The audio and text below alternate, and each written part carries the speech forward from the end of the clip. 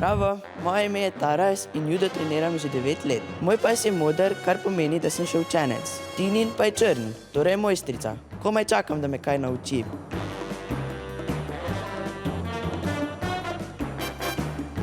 Kaj je bolj naporno? TV nastopi oziroma intervjuji, kot je tale, ali treningi? Kakor kdaj, po olimpijadi je bilo zelo naporno imeti toliko intervjujev, pa iti na TV oddaje, pa razne radije. Ampak znajo pa biti treningi tudi zelo naporni.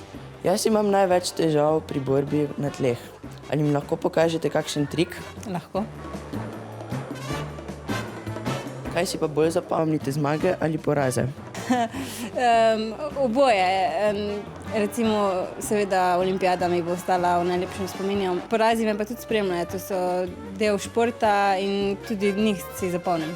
Namen juda ni samo šport, ampak tudi sproščanje notranjega miru in razuma.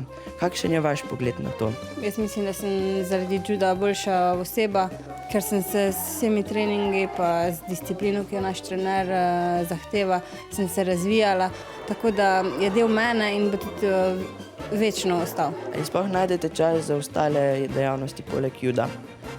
Zelo, zelo redko, no. Katere so pa te dejavnosti?